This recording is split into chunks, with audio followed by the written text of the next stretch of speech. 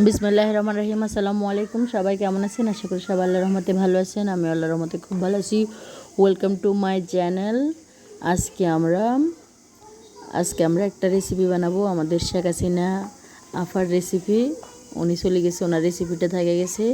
কুমড়ার চপ বানাবো। প্রথমে কুমড়াটাকে সুন্দর করে কেটে নিয়েছি সাইজ মতো।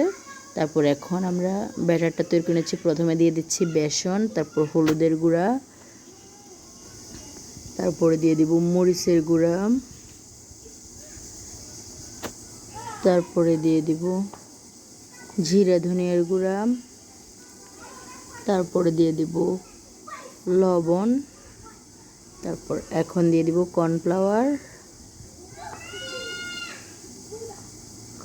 দিয়ে দিব। এখন দিয়ে দিব সামান্য পরিমাণে খাবার সোডা।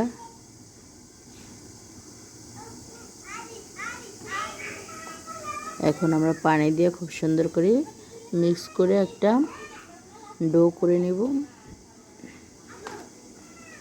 ডোটা রেডি হয়ে গেলে আমরা আমাদের কুমড়োর চপগুলো বানায় নেব। আমাদের ডোটা প্রায় রেডি হয়ে গেছে।